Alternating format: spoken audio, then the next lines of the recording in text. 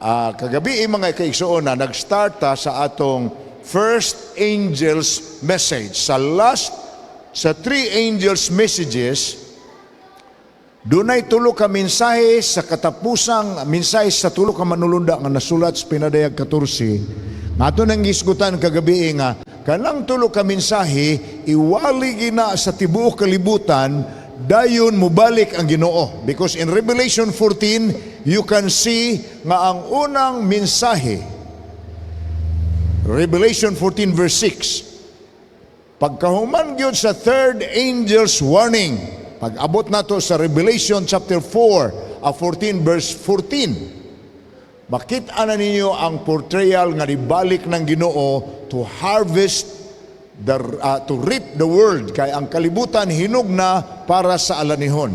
Na karong gabion na ang atong hisgutan ang second angel's message, the second warning. Apan sa dili pa na ato sang gamiton kining atong preamble pag-usab, na atay hisgutan nga pinulungan nga ang pagsulbad sa solusyon sa nagkadaiyang pagtulunan, atong unahon pagsiguro nga ang atong angayan tuuhan ang nasulat sa Bible. God said it, and I believe it, and that settles it for me. Natay preamble kagabi nga gisgutan. Unsaon na to pagdetermine ang kamatuoran nga angayan natong tuuhan? Let's read this together. Truth is determined not by science, not by philosophy, not by superstition, not by civil legislation, but by the revelation of God's Holy Word. Mao na atong basihanan sa butang nga atong angayan tuuhan. Now karong gabion na padayuno nato a little adjustment, please bear with us alang sa atong adjustment sa compatibility sa atong gadgets. I told you the topics we have last night, tonight, and tomorrow night will be the last warning message. Kanang word nga warning, importante na kayo. Kaya di ta maminaw og warning, ang gipasidaan wa ta nahibalo, katalagman atong napadulngan. Pareha atong upat ka buok nga namatay sa baha o sa landslide last week sa panahon sa bagyong Basyang dito sa Cagayan de Oro. Gipasidaan, giwarningan sa barangay, ay mo pagtukod og balay diha sa Daplin sa Suba, ay mo pagtukod og balay diha sa Daplis Bakilid. Wala naminaw sa pasidaan. Naabot ang bagyo na landslide, upat in taon ang namatay last week. Any warning neglected will always result to something tragic. Na ay warning signal sa dalan, sa speed limit, patuyang ang speed. Either lang madakpan ta or madisgrasya ta. Na ay warning o malabot ang dako kaayo nga bagyo, pabakwiton ang mga tao, dili mamakwit kay mahadlok og kawaton ang ilang mga butang. Naabtan sa bagyo, naabtan sa baha, nahimong katalagman. So, the purpose of the warning is to tell the people that there is an impending danger na ay umalabot nga dako nga hitabo og ang tanan tao angay maminaw sa warning. So sa Revelation 14 na ay last warning message para sa tibuok kalibutan. Ato nang gisgutan ang first angel kagabi. Niya ang iyang first angel. Kagabi nasugdan nato ang three-part series. Gitawag sa angel's message. The first angel's message was a universal call for people of the world to worship only one true God, the Creator, the Sustainer, the Savior who will judge everyone born into this world. Ngano importante man ang warning, kaysa pagkakaroon, grabe ang volume sa information nga di na mao. Daghana kaayo ang mga taog nanimba sa dili na husto nga hinungdan, sa dili na husto nga paagi, sa dili na husto nga Dios. So giwarningan ta atong simbahon, ang usara ka Dios ug ang Dios nga atong simbahon ang maglalalang ug manluluwas nato. Unya kining three angels gisimbolo lang ni siya kalang angels, wala kitay makita nga manulunda nga naglupad sa langit. But the angels represent messengers. The angels represent the preachers nga nagpasidaan sa mga tao, such as what is taking place here in the gymnasium of Philippine College Foundation. Murag nagpasidaan, kusog nga tingog ang pagwali. So karong gabi una, ang atong topic mao ang second angel, ikaduhang manulunda. Revelation 14 verse 8, nag-ingon ang verse, ug misunod ang lain na usab nga manulunda. Kaduhang manulunda nga nag-ingon, nagunob na ang bantugang Babilonia, ang babae nga mao ang nagpainom sa tanang kanasuran sa bino sa iyang mahugawng kaulag. Wow, grabe man nga message, pastor. Nagunob ang bantugang Babilonia, ang babae nga mao ang nagpainom sa tanang kanasuran sa bino sa iyang mahugawng kaulag. Ako ang ibalik sa inyo, akong pasidaan na atong first night. Ang prophecy nga nasuwat sa Bible, kadaghana niini revealed by God to the prophets in symbols. Atong first night, ang symbol sa mga nangahimong bantugan nga nasod nga mihari sa kalibutan. Nakita nato sa larawan nga nakita ni King Nebuchadnezzar o Babylon nga larawan nga lain-laig metal ang iyang lawas. Head of gold, breast and arms of silver, hips of bronze, legs of iron, og feet of iron and clay. Mga symbols lang to, but they represent ruling empires that has dominated the world. Karong gabi una, ang simbol nga gigamit dinhi sa atong prophecy ngalan sa usa ka nasod, Babylon. But remember, last warning message mani, para mani nga pasidaan sa mga tao nga nagpuyo sa katapusan nga bahin sa kalibutan, sama nato kay nagtuo man ta nga di na ta madugay, moabot na ang katapusan. Nganong ang mensahe diri sa manulunda nag-ingon, nagunob na ang Babylonia, gumuwa kamo gikan kaniya, kay siya mo'y nagpainom sa bino sa iyang kaulag sa tanang katawhan sa kalibutan. Ang Babylonia nagunob. Unya ang Babylonia nagpainom sa bino sa iyang kaulag sa katawhan sa kalibutan. Those are prophetic symbols. First of all, ang Babylonia nagrepresentar mga kaigsuonan og usa ka kalihukan nga mulukop sa kalibutan. Sa Revelation chapter 17, gihulagway kini siya nga usa ka babaeng guwapa og dato kay maka-afford man siya mopalit og mga alahas. Unya gani ang iyang gigunitan nga kupa kun cup, gold cup, golden, usa ka tasa nga bulawan. Apan ang iyang tasa nga bulawan dunay sulod nga bino. Ang bino gitawag nga binos iyang kaulag, gipainom niya sa tanang katawhan sa kalibutan ug nangahubog ang mga tao sa kalibutan.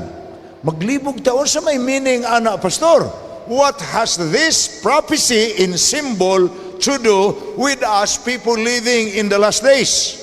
Dako.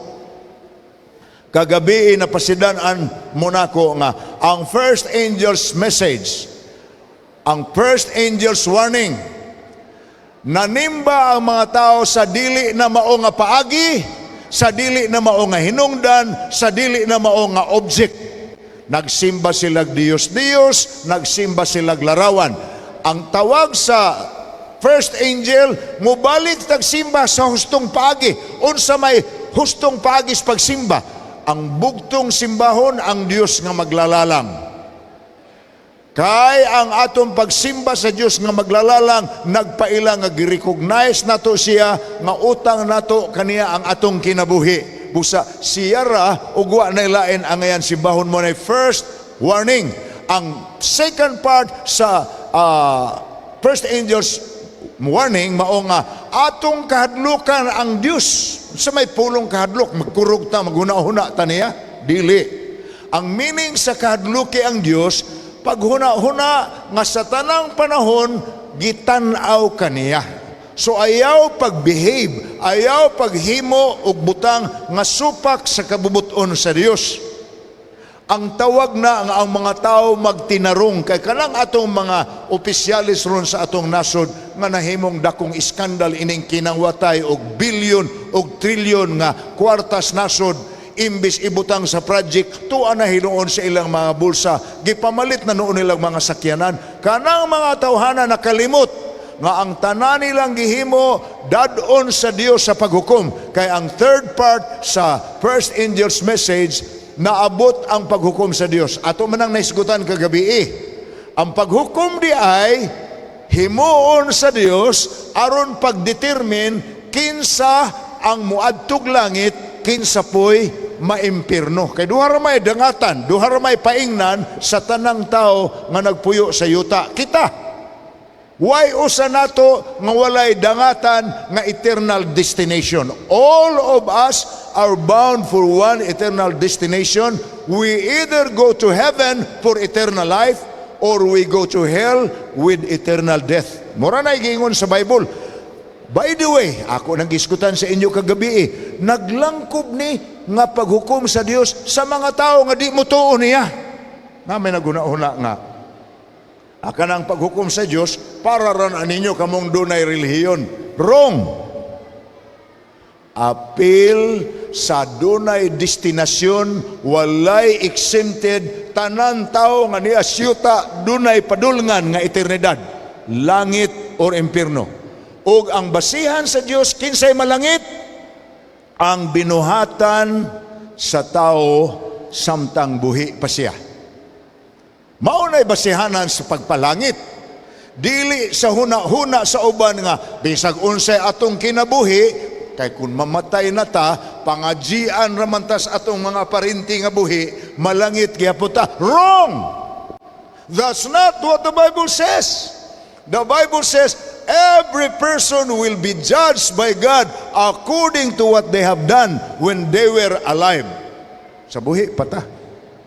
Of course, ang atong kaluwasan, ang grasya man sa Ginoo, ang kaluoy ni Kristo. Pero ang paghukom, ibase sa Dios sa atong binuhatan. Muna'y klaro nga pagtulunan sa Bible. Now, ang second angel, nag-warning siya.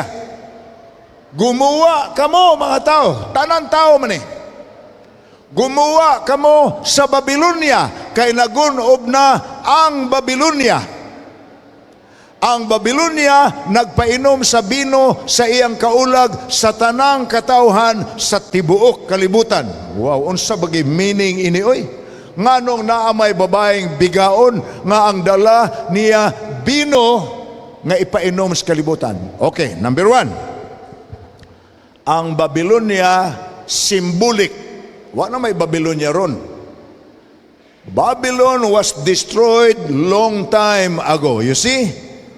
The great empire in the ancient world, Babylon, was destroyed in 539 BC by the conquest of Cyrus the Mede in collaboration with the Persian Empire. Ato na lang gitun-an atong first night. Babylon under King Belshazzar was conquered by Darius and Cyrus, particularly si Cyrus, the king of Media, who worked together with the king of Persia, Darius. So when John received this vision between 96 to 100 AD, mo manay panahon nga gisulat ni John ang Revelation. Priso siya dito sa island sa Patmos. Gitagaan siya sa Dios sa pananaon. Nakita niya sa pananaon usa ka manulunda nagsinggit, mga tao sa kalibutan, Dunay usa ka pundok nga relihiyoso sa kalibutan nga nagsimbolo sa Babylonia. Og ang iyang gitudlo sa mga tao, mga pagtulunan nga dili na biblikal. Mao kana ang simbolo sa bino sa iyang kaulag. Ato ra gunang anamon og tuon mga igsoon niya. So today, Babylon anymore in any part of the world. Ang ancient site sa Babylon karon, Iraq. Ang kingdom gyud nga gigunob ni Cyrus ni atong 539 BC is located about 50 miles north of Baghdad, the capital of Iraq. Pero wa na gyud ang Babylonia karon as a nation. There is no more nation called Babylon now. Ang equivalent niya nga naas duol ang kingdom nga gireign ni Saddam Hussein, apan napatay naman Saddam Hussein, is still existing. It's Iraq. Ni adiritan awa ma kaigsuonan ang nahibaw ta ang Babylon sa panahon nga siya'y hari sa kalibutan, will known siya kaayo nga pagkahari. Kamong nag-agi sa world history, pulos man ta nag-agi ana, kay college naman ta. Nahibaw ta nga ang usa sa gingalan og one of the 7 wonders of the ancient world was the Hanging Gardens of Babylon. Gitukod ni Nebuchadnezzar katong king. Nganong gingalan ning one of the 7 wonders of the ancient world? Kayo ni atong panahon na wala pay makina nga muhigop og tubig gikan sa yuta aron dalon sa ibabaw nga mga hotel sama sa condominium karon wa pa to. But King Nebuchadnezzar made a garden in his palace equivalent to about 14 to 15 stories high sa pagkakaron. Andana, mga 15 andanas ang gitason sa iyang palas, apan nadani ang tubig sa Euphrates aron ma-irrigate niya ang iyang garden nga mao'y pride sa ancient Babylon. The Hanging Gardens of Babylon is known as one of the 7 wonders of the ancient world. So mauna ang nahitabo kanang Babylonia. The falling of Babylon in the last days doesn't apply to an actual city or empire, because there is no such in our present and future. The Babylon mentioned in Revelation 14 is symbolic. It represents something which can only be understood by studying the history of Babylon in olden times. So ato tunaan ron, unsa may propesya sa Bible may tungod sa Babylonia. Tanawa ni gihimo ni Isaiah nga prophecy almost 200 years before the fall of Babylon. Nagprophesy na si Isaiah. Ingon siya, ang Babylonia, ang himaya sa maging harian, ang katahom nga mao'y garbo sa mga Kaldianhon, mahimong ingon sa Sodoma ug sa Gomora sa paglumpag sa Diyos niini. You know that Sodom and Gomorrah was burned by fire from heaven. Naana sa Genesis nga record. Gigunoob sab niya ang Babylonia niya, verse 9:20. Kinidi na gyud paggatawuan, meaning pagkagunoob sa Babylonia wa nagimupuyo ni anang dapit nga nagunoob siya. Ni pagapuy-an pabgikan sa usa ka kaliwatan hangtod sa usa ka kaliwatan. Ni mutaod pa ang mga Arabiahanon sa balong-balong didto, ni mo pahigda dito ang mga magbalantay sa karniro sa ilang mga panon. Naapa ang sumpay, verse 21. Apan ang ihalas nga mga mananaps kamingawan mo ang muhigda dito o ang ilang kabalayan mga puno sa makaluluoy nga binuhat magpuyo dito ang abistros, that's vulture, o ang mga kanding ihalas managlukso dito. Kung inyong duawon ron ang ancient sites sa Babylon, makita ninyo na nga karatula. Karatula na lang ang nagpahibaw. This is the ancient site of Babylon, but that's a deserted desert. Mingaw na kaayo. Wala na'y magbalantay sa karniro nga magpitch og tent dito sama sa giprophesy na Isaiah. Nga naman, na ay malin, na ay mga mananap nga maak diha gikan sa desierto. So, natuman ang prophecy ni Isaiah. Babylon will be uninhabited. No di wa nagi mapuyo dito. Mauna, apan ang Babylon sa Old Testament will known. Ang primero yung mention sa pulong Babel naa sa Bible sa Genesis chapter 10. Human sa lunop nga nahitabo sa panahon ni Noe. Usa sa kaliwat ni Noe, si Nimrod nga anak ni Cush, si Cush nga anak ni Ham, si Ham nga anak ni Noe. Sa ato pa, apo ni Noe, si Nimrod, nagtukod og dako kaayo nga turi sa Babel. Ginganlan na sa atong Bible story og the Tower of Babel. Ang Babylon nga atong gisgutan diri karon sa pinadayag, symbol sa gingalag man-made system of religion. Ngano man, may pagtuo ang mga katawhan sa Dios sa Israel. Rather, wa pa may Israel ining panahon na sa lunop. May pagtuo ang mga tao sa buhi nga Dios, apan ang mga tao wa na mutuo sa Dios, ning simba silag laing Dios diha manukad sa pagtukod sa turi sa Babel. Ako ning isa-isay sa inyo. Unsa may kahulugan sa pulong Babel? Ang pagtukod sa Babel. Unsa may iyang ancient nga kahulugan? Number 1, ang Babel nagkahulugan ang paagi sa tao sa pagluwas sa iyang kaugalingon. Asa man na makuha sa istorya?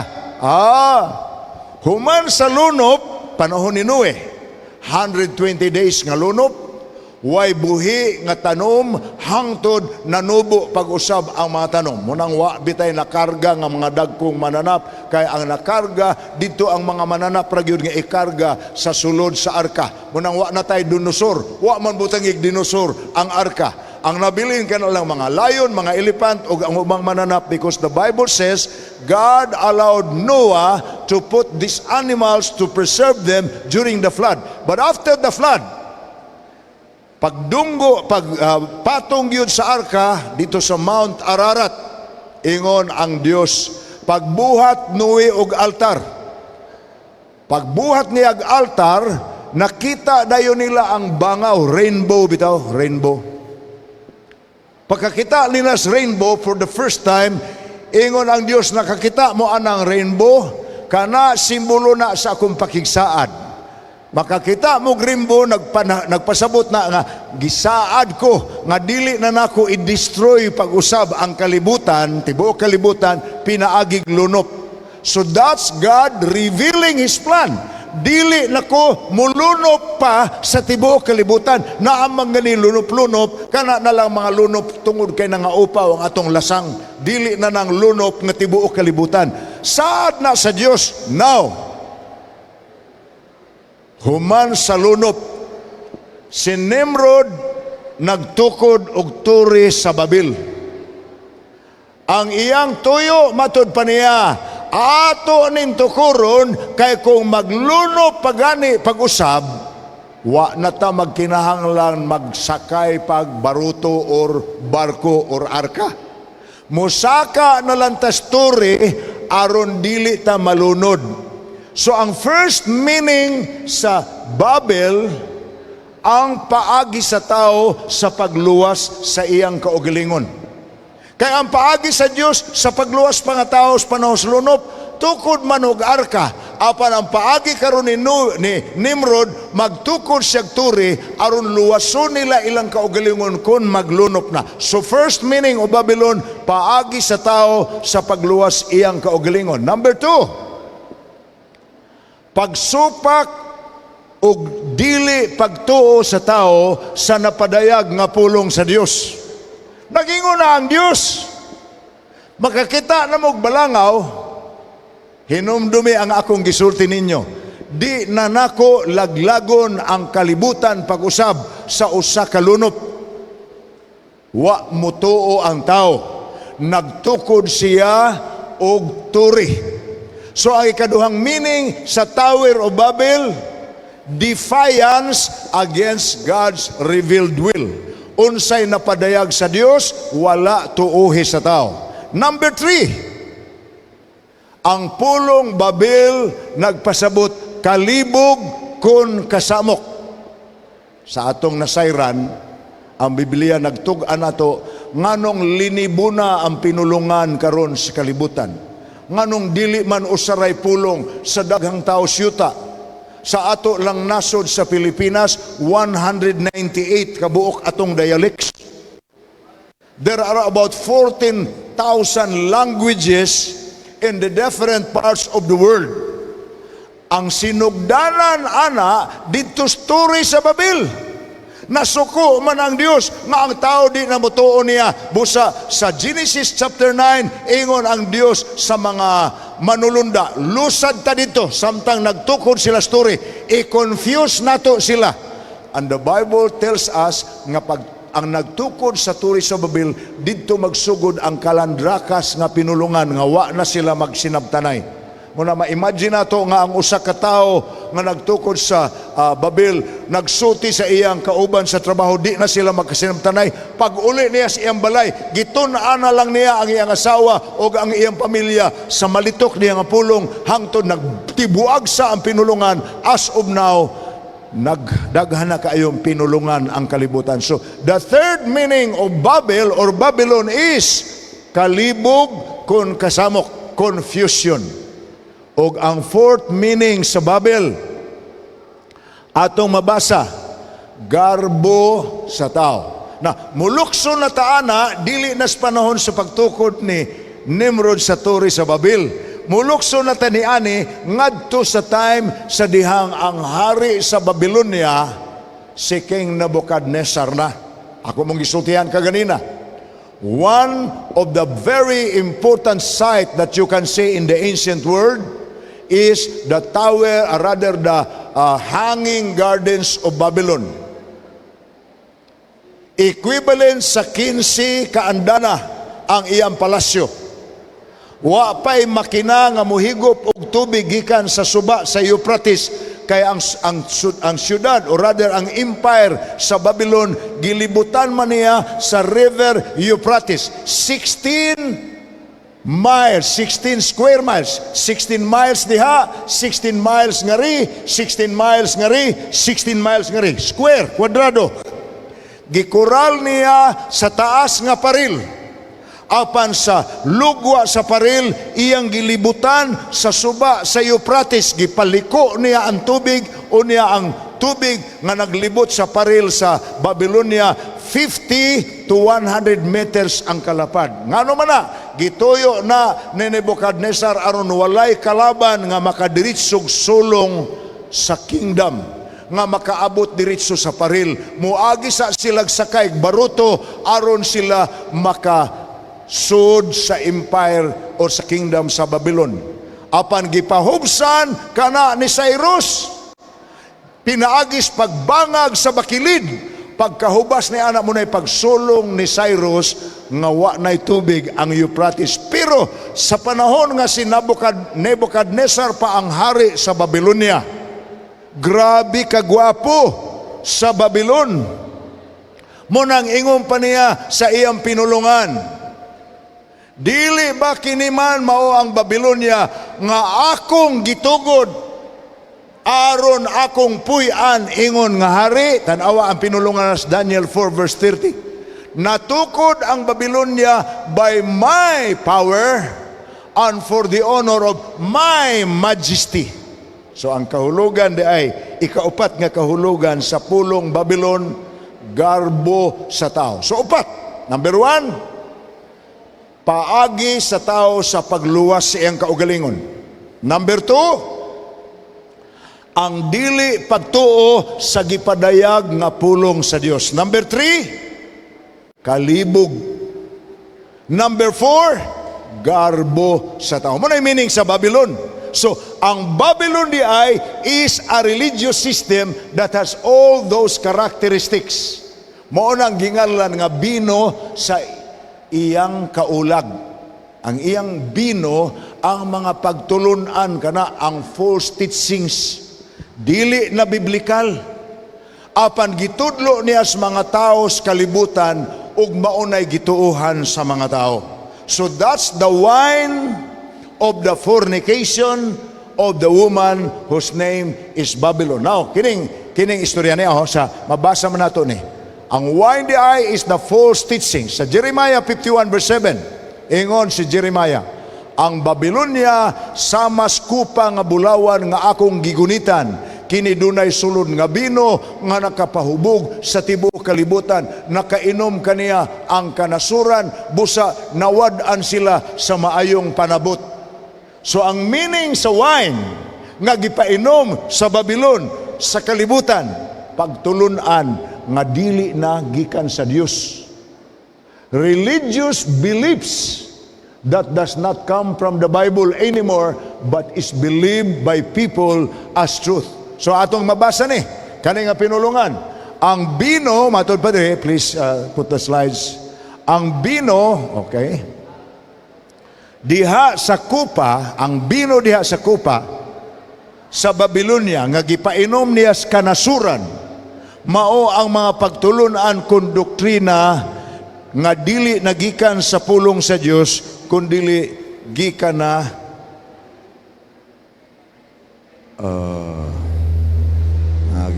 gamay nga problem, no? Ato ning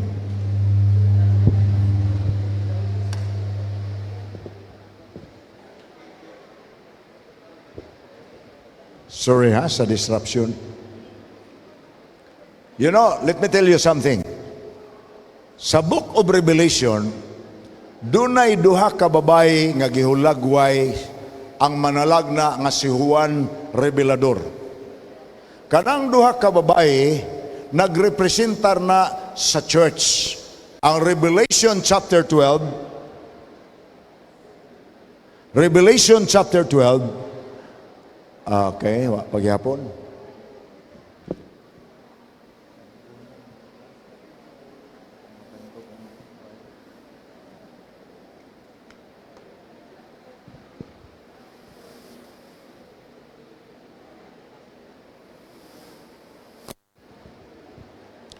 Sa Revelation chapter 12, may usa ka babae nga nagbistig puti, nga dunay 12 kapurong-purong bulawan nga may mga bituon. Unya, kana nga maong babae, nagbistig siyag puti, nagrepresent na sa God's true church. Sa laing bahin sa Revelation chapter 17, ang makita nato lain na pong babae, kininang babae nga napuno ang iyang lawas sa dayan-dayan, ang Babylonia. Ang iyang ngalan, Babylon the Great, the mother of harlots. So kanang duha ka babae sa Revelation nagrepresent na sa duha ka religious movement. The woman in white apparel represents God's true church, ang pagtulunan sa Dios nga nagtudlo sa pure nga biblical nga pagtulunan. Ang babae sa pinadayag 17, ang babae nga gingalag Babylonia, nga gingalan po og inahan sa mga babaeng bigaon. I apologize mga igsoon nga naay disruption ang atong audiovisual. Kana nga babae nagrepresentar po sa relihiyosong kalihukan nga mulukop sa kalibutan, apan wala na magdala sa pagtulunan nga biblikal. So kini nga talan-aon makita ni nato sa pinadayag. 12 alang sa babae nga putli nagrepresentar sa pundok nga iya sa Dios, og pinadayag 17-18 ang babaeng bigaon nga nagpainom sa bino sa iyang kaulag ngadto sa katawhan sa tibuok kalibutan. Now, akong padayon nun na unsa maning mga bino sa iyang kaulag. Sa ako nang gisgutan, ang representation ni ini mao ang iyang mga pagtulunan nga dili na gikan sa Bible kundi gikan na sa tradisyon nga iya sa mga tao.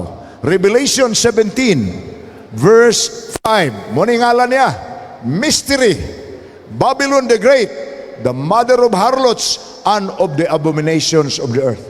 Kana word nga harlot, di mo taganahan maminaw ana. Ibaw mo say meaning ana. Sa Bisaya pa na buring. Ang laing ngalan na prostitute. Sa may kahulugan ni ana, dili matinud-anon sa usalang ka as bana. Harlot means bisag kinsa nga lalaki ang iyang karelasyon. Sa relihiyosong kalihukan, harlotry means wala mag-faithful sa Dios, kundili nagsimba og mga Diyos-Diyos, midawat og mga pagtulunan sa mga pagano nga pagtulunan, mauna ang religious system nga girepresentahan sa Babylon. O kana nga Babylon, mauna ang gipasidaan nga angay ta nga mubuwag gikan niining maong kalihukan nga gingalag Babylon. Ngano man, kay kun naata diha, maapiktahan ta sa iyang mga pagtudlo. Madawat nato ang iyang pagtulunan, unya una-una nato nga maunay tinuod. Ang karaang Babylonia mao ang simbolo sa pagdalag pagtulunan nga supak sa pulong sa Dios. Kaya ang ancient Babylon was a center of image worship. Diha magsugod ang pagsimba sa adlaw sa panahon nga si King Nimrod namatay ug ang iyang asawa si Semiramis nabuntis nga patay naman unta ang iyang bana. Apan pagkamatay ni Nimrod ang hari sa Babil, miingon si Semiramis, ang atong hari naa na karon sa adlaw, muprotek siya kanato sa gabi aron makatug tang malinawon, apan sa panahon sa adlaw siya ang muhatag kinabuhi sa atong mga tanom.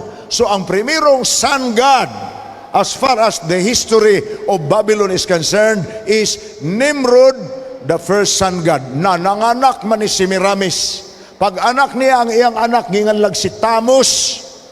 Ang iyang anak nga ginganlag si Tammuz mao ang tinuod nga natawo og December 25. Now Tammuz, the son of Semiramis, claimed that she is the mother. Si Tammuz mao ang son of the sun god, so son of God. O si Semiramis mao ang mother of the sun god. So kanang tulo maunay karaan nga gingalan og the trilogy of ancient idolatry. The father Nimrod, the mother Semiramis, and the son Tammuz. Nakaamgo mo nga naay sulusama ni anak karon sa present system. Now, tapaminawaran ninyo ning gisulat sa libro nga The Two Babylons. Babylon was the primal source from which all these systems of idolatry flowed. Abi ninyo si Abraham, dito siya magpuyo sa Ur, ang kapital sa Caldea. Ang Caldea mo'y karaangalan sa Babylonia kun Kaldean hon may nga ana. Now, ang amahan ug apuhan ni Abraham nagsimbag Dios-Dios. Di bultong gagmay, di bultong dagko. Apan si Abraham usara ka Dios ang iyang gituohan, nagahangad siya sa langit ug nagrecognize nga ang Creator God ra mao ang Dios nga buhi.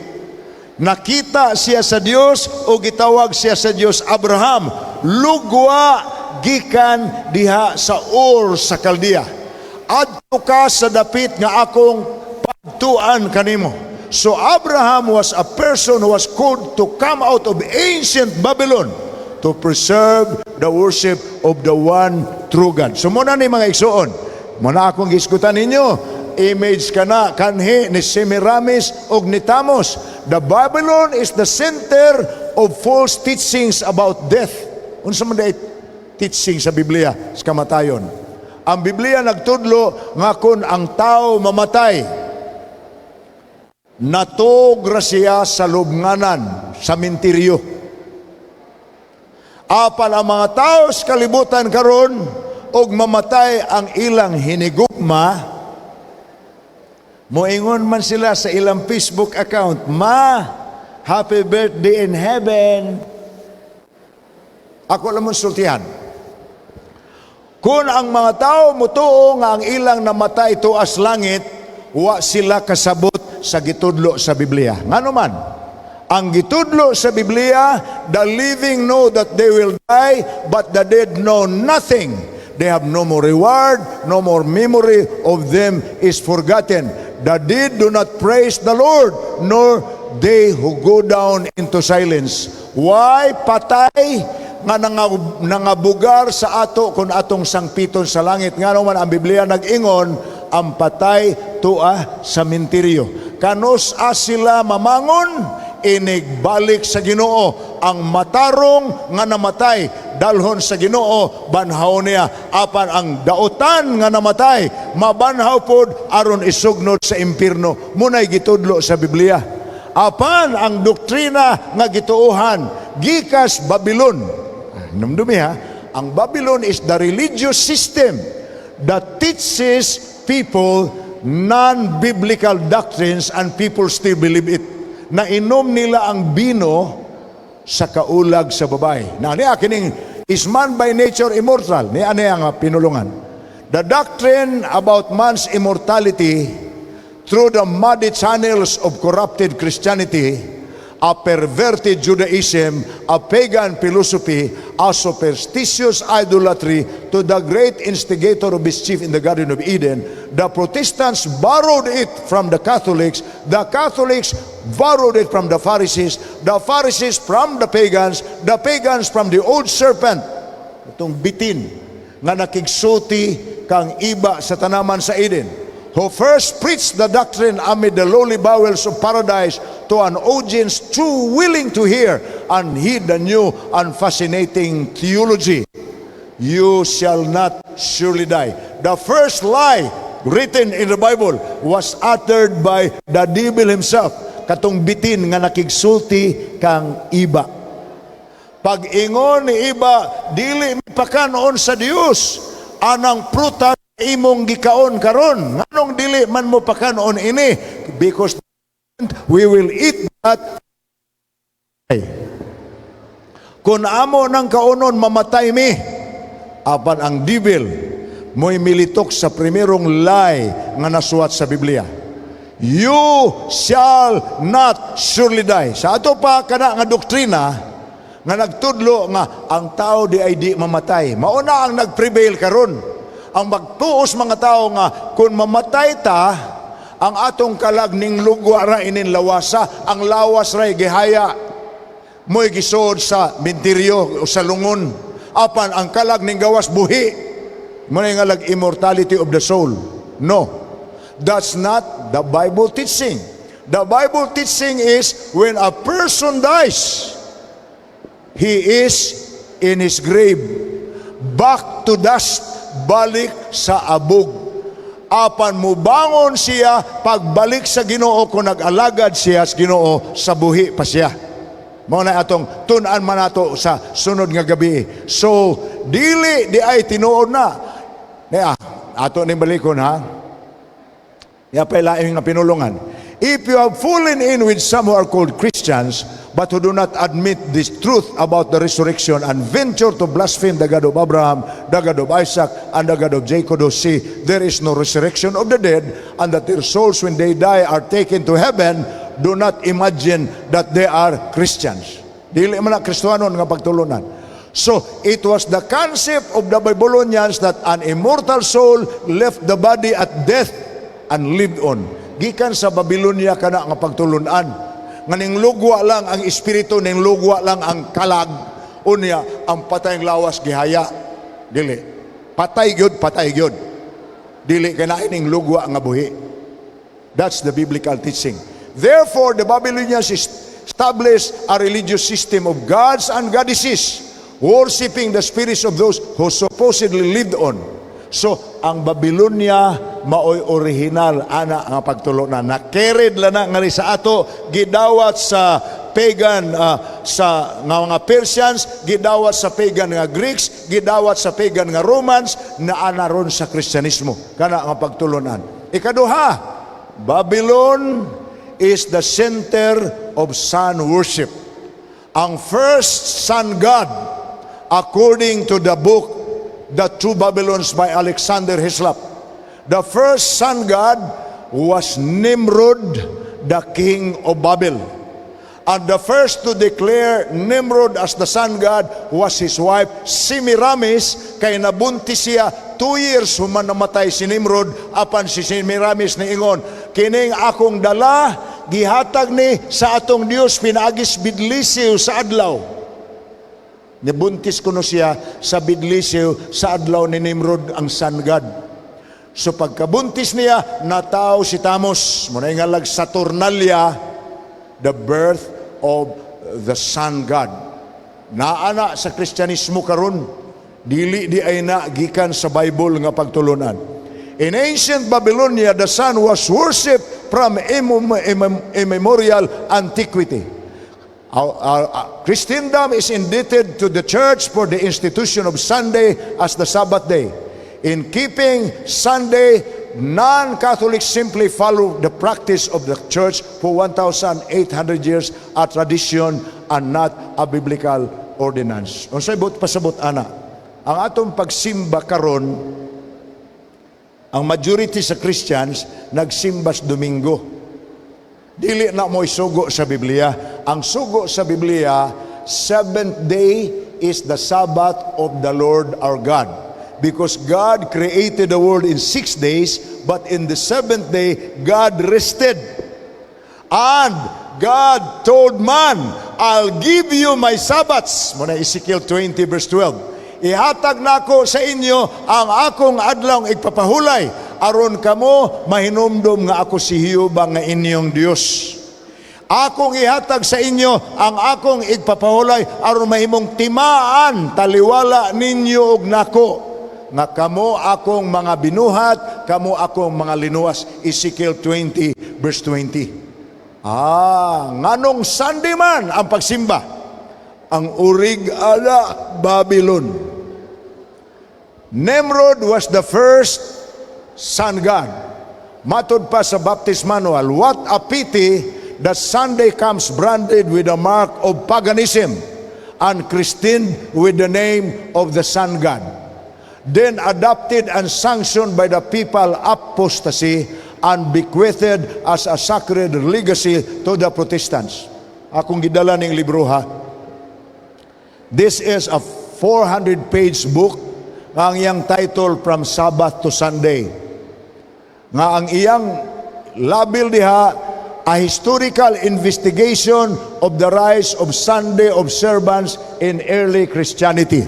Ang buti pasabot ana, ngano nga ang Christians karon Domingo naman ang ilang pagsimba, nga ang sugo sa Biblia Sabado man. So kini nga libro akong gidala sa inyo, didto ni masuwat, didto ni produkto ni sa Pontifical Gregorian University, ang eskwelahan sa Vatican nga iya sa Santo Papa, the Pontifical Gregorian University. Tuas Roma na. Ang iyang author ni ini si Dr. Samuele Bacchiuchi, usa ka Italian nga ang iyang Doctor of Divinity, Doctor of Theology o Doctor of Church History. Diha niya kwaa sa Pontifical Gregorian University. Og ang iyang libro nga gisuwat sa day niyang graduate, kining libro nga From Sabbath to Sunday. Pag-graduate niya, summa cum laude, pinakataas nga Latin academic award given to the most intelligent student in such a university. Ang naghatag sa iyang gold medal si Pope Paul VI, pag-graduate niya sa 1977. Unsay iyang gisuwat nga libro, human sa iyang research, gikan sa baga kaayo nga mga librong karaan nga naas ilawom sa St. Peter's Basilica.